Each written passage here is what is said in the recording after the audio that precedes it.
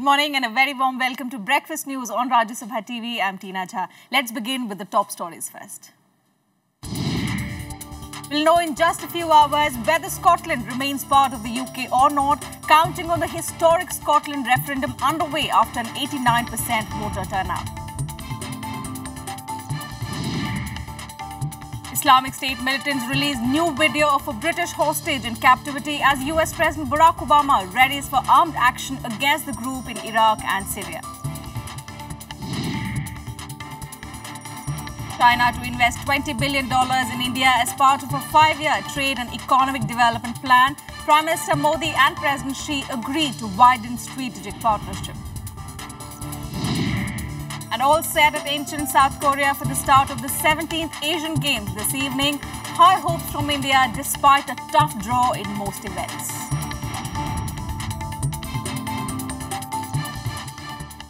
And our top story this morning, will Scotland break away from the United Kingdom? Counting on the historic referendum is underway as we speak. The results will be out in just a few hours. 89% of the voters cast their ballot on Thursday between a yes to break away and a no to stay in the UK. Early results showed a small lead for no's. 4 councils have declared their results with a margin of 57.8% to 42.2% against independence. Final results will be announced at a central counting location in Edinburgh in just a few hours. 5 a.m. in the UK will be 10:30 a.m. in India. The Queen is expected to make a written statement soon after the confirmation of official results.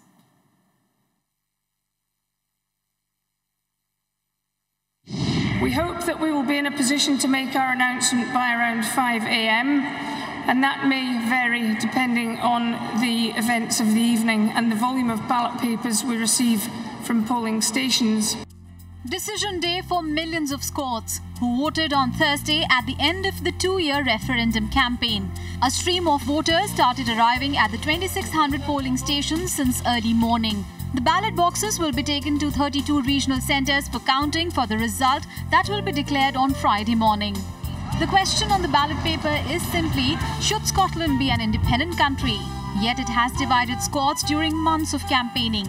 Anti-independence leaders, including former Prime Minister Gordon Brown, have implored Scots not to break their links with the rest of the United Kingdom, while there have been an equal number of advocates for Scottish independence, including tennis star Andy Murray, who tweeted his views just hours before the vote. Polls suggest the result is too close to call. We've got the chance to build a more prosperous economy, but also a fairer society. That's a wonderful, positive vision. And that's why Scotland should grasp that opportunity with both hands. Meanwhile, Westminster is now considering the consequences of a yes vote. If Scotland went independent, there would be immediate reaction from markets. Emergency financial measures might be required. David Cameron says he won't resign in case of a yes vote. 24th of March 2016 will be Scotland's Independence Day. In the meantime, there would be negotiations on division of shared assets. Scots could theoretically take part in the 2015 general elections. Though Salmon wants to keep the Queen and Pound, few other things in Scotland would remain the same. However, in case of no vote, Scottish Parliament is likely to be given more powers. Salmon has said in case of no majority, he would not hold another referendum. The alliance between Scotland and UK was supposed to be inviolable according to the Constitution. Yet today, the partnership faces the very real prospect of dissolution. Whatever the outcome of the referendum, Britain will never be the same again after Thursday's polls. Bureau Report, Rajya Sabha TV. And to discuss that developing story, we have with us this morning Mr. Alok Bansal, Executive Director at the South Asian Institute for Strategic Affairs. A very warm welcome to Breakfast News, Mr. Bansal. Thank you. Big day for Scotland. The fate of that country, whether it remains in the UK or breaks away into an independent faction, is to be decided in just a few hours now. What do you think? Will this 307-year-old union stay or break away? See, it's very difficult to say. The vote is too close. But one thing is certain. It's a momentous day. Not only for UK, but for Europe and the world at large. Because all said and done, some people in India have a sense of vendetta that the Britishers divided us, and I think probably they are today on the verge of being divided and partition. But besides that sort of a feeling of vendetta, to my mind, any separation is painful, and it's going to create lot of problems. It will give fillip to such separatist tendencies all over the globe. Already Catalina, Corsica, especially in Europe itself, have started, the separatists have started raising the demands for separation. At a time when the globe is coming together, we are talking of European Union, we are talking of South Asian Economic Union, we are talking in terms of South Asian Union. The countries of the world are coming together. Now, this sort of separation probably will pose a very, very serious setback. Then, of course, you have divided families. You will have people who have married, English man married to a Scot lady and vice versa. And from India's point of view, you have a diaspora. Please understand the diaspora's strength, which in UK had now built up, in Scotland would become relatively smaller. And probably if that sort of a resurgence of nationalism goes further, then you could see certain persecution of, because very often this nationalism actually is followed by racism and things like that. And that could have an adverse impact.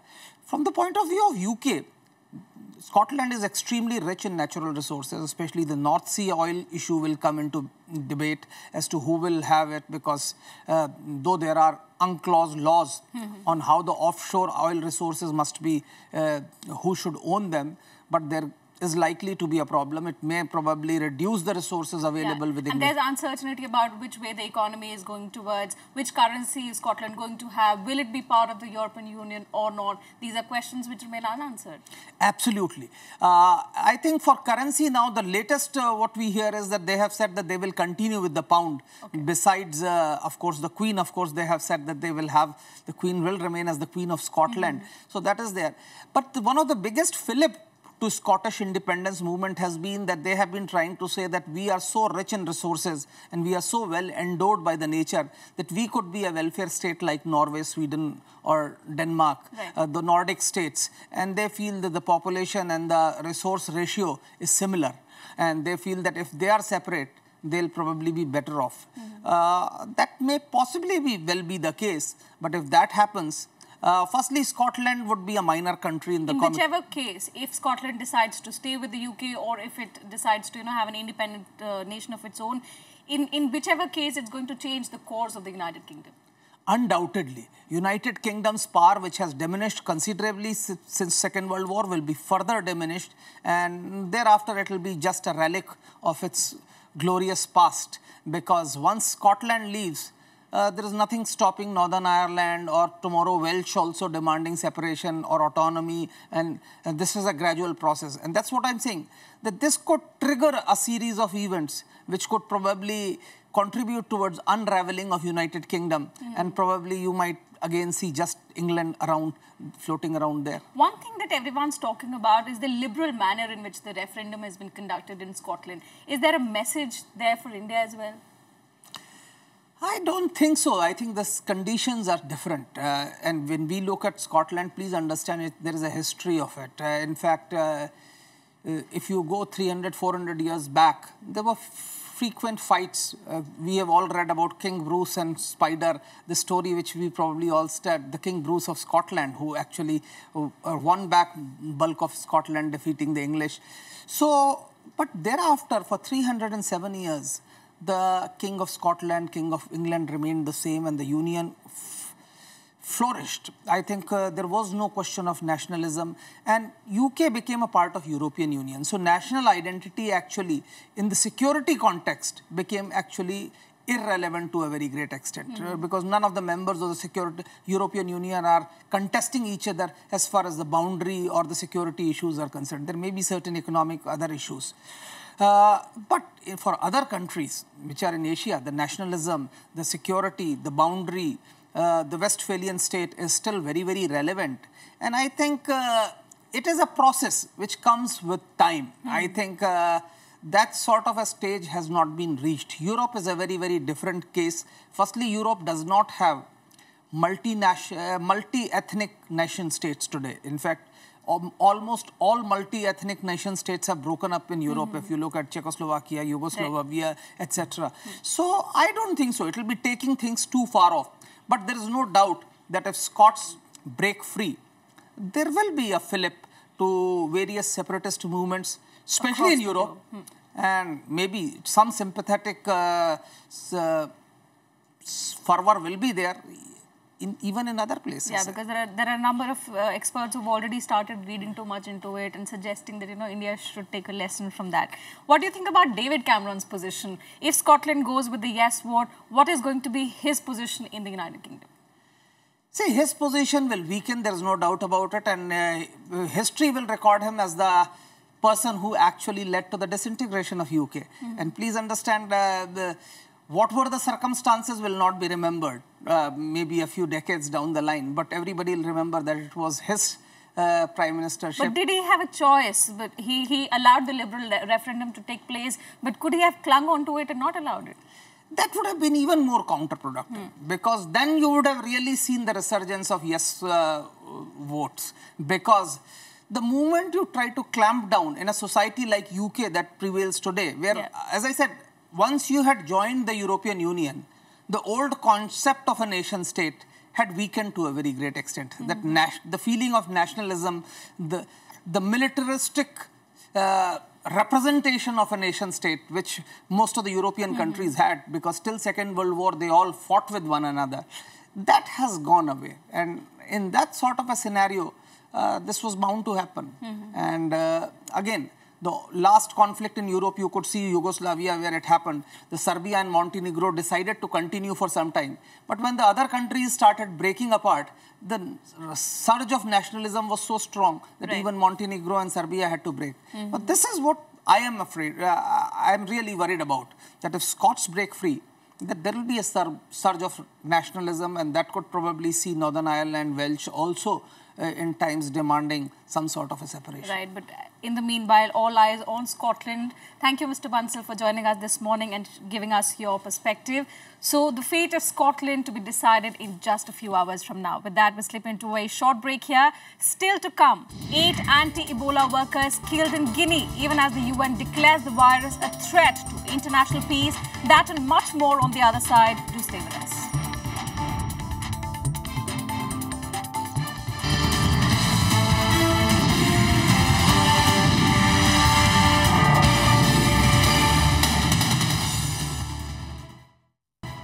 Welcome back. You're watching The Breakfast News. The Supreme Court has asked the centre to speed up relief operations in flood-hit Jammu and Kashmir, emphasising the need to focus on the process of rehabilitation. Thousands remain stranded in parts of the state. The death toll is up to 260 now. The Supreme Court has once again voiced its concern over the deficiency in supply of essential materials in flood-affected Jammu and Kashmir. The court said it was impinging upon the human rights and fundamental rights of the people. It has asked the centre to speed up the process of distribution of relief material and look into rehabilitation process. Honorable Supreme Court of India today directed the state government to take urgent steps to tackle the shortage of food, water and other basic supplies. Direction has also been given with regards to creation of prefabricated structures for the rehabilitation. Direction is also given with regards to the facilities of sanitation. There have been reports of anguish among victims over slow distribution of relief materials by authorities in the past few days. Several victims, especially migrant labourers from nearby states, are worst hit. यहाँ पे तब बहुत दिक्कत हो रही है, हमें सबसे ज़्यादा दिक्कत हो रही है और यहाँ पे क्या है कि परिवार भी हमारा तो यहाँ डूब गया बिल्कुल. One of the major challenges faced by the authorities is to clean up garbage, dead animals to prevent waterborne diseases. Inadequate sanitation and hygiene remains a major concern in post-flood scenario. The Supreme Court has also sought urgent steps to prevent outbreak of epidemic.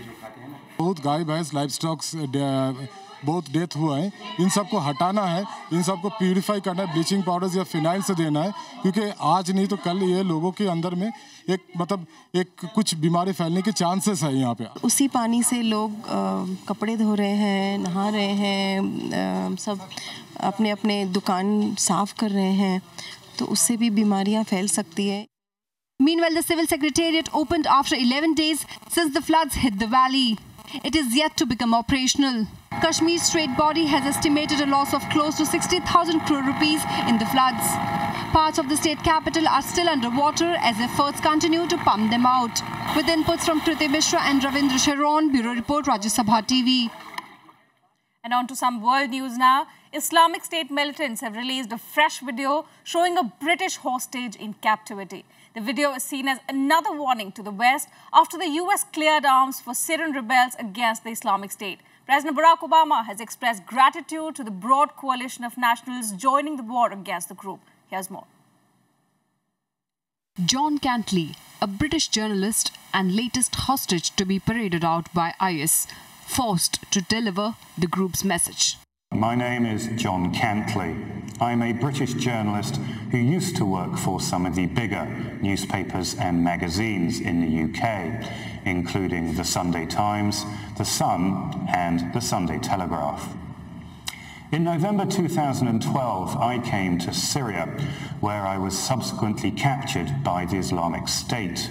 Cantley goes on to condemn what he calls Western interference in Afghanistan and Iraq, even saying that there are more IS videos to come. Over the next few programs, I'm going to show you the truth as the Western media tries to drag the public back to the abyss of another war with the Islamic State. After two disastrous and hugely unpopular wars in Afghanistan and Iraq, why is it that our governments appear so keen to get involved in yet another unwinnable conflict?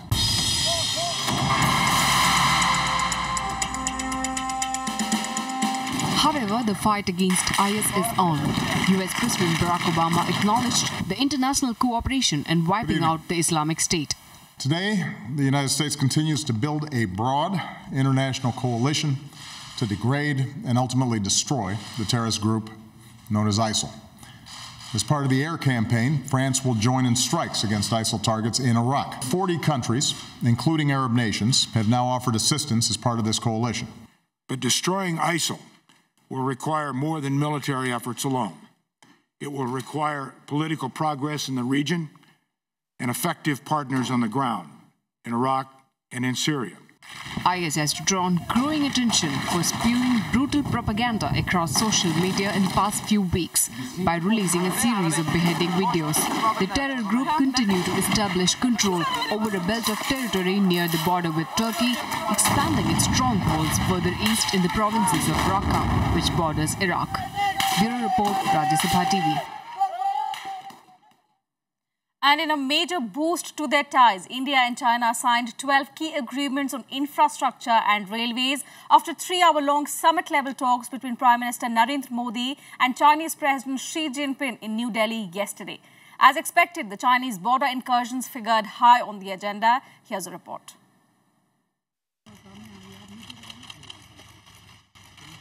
As Prime Minister Narendra Modi met Chinese President Xi Jinping in New Delhi for summit-level talks, the issue of border incursions by the Chinese army in Ladakh weighed heavy. Prime Minister Narendra Modi raised the issue, saying it was important to have mutual trust and peace at the border to realize the full potential of the relationship.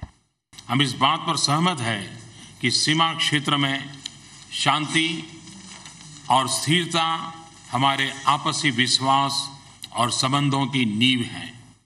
यह दो देशों की एक महत्वपूर्ण सहमति है और इसका दृढ़ता से पालन किया जाना चाहिए। सीमा पर शांति और स्थिरता के लिए LAC की क्लैरिफिकेशन बहुत बड़ा योगदान दे सकती है। यह कई सालों से रुका हुआ है और इस कार्य को दोबारा शुरू करना चाहिए।双方同意继续尊重和照顾彼此关切，以积极态度妥善处理两国间存在的问题。中印边界问题是历史遗留问题，多年来双方通过友好协商稳步推进边界谈判，取得了积极进展。中印边境地区保持了和平与稳定。由于边境尚未划定，有时可能会出现涉边事件，但双方完全可以通过现有多层次的涉边机制，及时加以有效管控，防止对双边关系形成大的干扰。中方有决心同印方通过友好协商早日解决边界问题，也有诚意在此之前共同维护好边境地区的和平与安宁。In the summit meeting between the two leaders and then the delegation-level talks, the two sides decided to step up engagement in diverse areas. Prime Minister Modi also expressed concern over trade imbalance and requested the Chinese president to ease restrictions for investment by Indian companies in China. मैं दोनों देशों के 5-year economic and trade development plan को एक अहम कदम मानता हूं और मैं उसका स्वागत करता हूं। आज हुए समझौतों और घोषणाएं यह दिखाते हैं कि अपनी साझेदारी को बढ़ाने में हम लोगों के बीच संपर्क और कल्चर, टूरिज्म और आर्ट को केंद्र बिंदु मानते हैं। 双方同意共同引领区域合作，推进孟中印缅经济走廊建设，支持对方参与区域和次区域合作，发挥中印双引擎作用，引领地区经济增长，促进本地区的发展繁荣。 Among the 12 agreements that were signed, the one between the external affairs ministries of both countries regarding the construction of a new road for the Kailash Mansarovar Yatra stands out. The MOU provides for conducting the annual pilgrimage through the Nathula Pass in Sikkim, reducing hardships and journey time, enabling more pilgrims to undertake the yatra. Two agreements regarding strengthening cooperation in railways were also signed. Under the MOUs, both sides have agreed to enhance cooperation in the sector under several programs. To strengthen cooperation in the peaceful use of space, an MOU was signed between ISRO and the China National Space Administration. There was also agreement on establishing sister city relationship between Mumbai and Shanghai. A 5-year trade and economic development plan between the commerce ministries of both countries was also signed. Regional connectivity और इसके संदर्भ में BCIM economic corridor पर भी बातचीत हुई। Bharat Asia के चौराहे पर है। मैं मानता हूं कि एशिया के विभिन्न क्षेत्रों को जोड़ने से एशिया की समृद्धि बढ़ेगी, लेकिन फिजिकल कनेक्टिविटी को बढ़ाने के लिए इस पूरे क्षेत्र में विश्वास, शांति, स्थिरता और सहयोग का माहौल बनाना जरूरी भी है।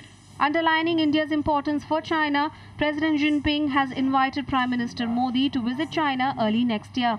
He also announced that 2015 would be observed as Visit India Year by China. Earlier in the day, External Affairs Minister Sushma Swaraj called on President Jinping. With inputs from Akhilesh Suman, Bureau Report for Rajya Sabha TV. Let's now take a look at some other news and updates from around the globe in our World Wrap. The UN Security Council has declared Ebola in West Africa a threat to international peace and security. The Council unanimously adopted a resolution calling on states to provide more resources to combat the outbreak. In Guinea, 8 bodies of health workers and journalists have been found days after they were attacked, distributing information about Ebola in a Guinean village. At least 23 people were killed and 56 injured in 3 suicide car bomb blasts in the Shiite-dominated neighborhood of Kadimia in Baghdad on Thursday. The blasts were followed by 12 mortar rounds fired in from outside the district. Reports say the attackers were likely targeting the Kadimia prison in a possible prison breakout attempt. Kurds in Turkey have issued a call to arms after Islamic State group fighters seized a Syrian city in a major assault. Islamic State fighters have besieged Ayan al-Arab city in northern Syria after seizing 21 villages in a major assault that started on Tuesday night. A top US military officer said the Syrian opposition would probably need the help of the Syrian Kurds to defeat the Islamic State. At least 5 UN peacekeepers have been killed and 3 wounded by a roadside bomb in Mali. The attack happened in the north of the country in the Kidal region. The deaths of the soldiers brings the number of UN peacekeepers in Mali killed to 10 this month alone. Mali descended into chaos after a coup in 2012 and is facing an insurgency led by Islamist militants. Shiite rebels in Yemen attacked the state television headquarters in capital Sana'a, prompting President Abid Rabu Mansour Hadi to hold emergency talks with top cabinet aides. Heavy fighting between rebels and Sunni militias was also reported in Shamlan, home to the Imam Islamic University, an institution long viewed as a primary breeding ground for the militias. And here's a look at how the global stock markets are doing. US stock market reached record high on Thursday after dropping jobless claims and Federal Reserve signal that it's in no rush to raise interest rates in the near future. The Dow Jones Industrial Average rose by 90 points or 0.5% to end the day at 17,247. Standard & Poor's 500 index was up 8 points or 0.04% to close the day at 2010. The Nasdaq Composite climbed 25 points or 0.05% to end the trading at 4,586. Asian markets showed mixed sentiments on Thursday after the US Federal Reserve said it would keep interest rates at near zero levels for some time. Japan's Nikkei 225 gained 158.92 points to close the day at 16,047. Hong Kong's Hang Seng Index shared 0.97% or 236.14 points to finish at 24,140. Gold fell by 172 rupees or 0.64% to 26,729 rupees per 10 grams as participants indulged in reducing exposures largely in tandem with the global trend. Tracking a weak trend overseas, silver prices also fell by 201 rupees or 0.49% to 41,173 rupees per kg as speculators engaged in offloading positions. And the 17th Asian Games will get underway today in the South Korean city of Incheon. Some 10,000 athletes will take part in the 16-day multi-sport event. The Games will showcase elite Asian talent in 28 Olympic and 8 non-Olympic sports starting tomorrow till the 4th of October.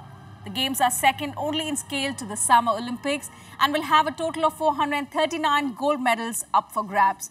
Hockey captain Sardar Singh has been chosen to be the Indian contingent's flag bearer at the opening ceremony.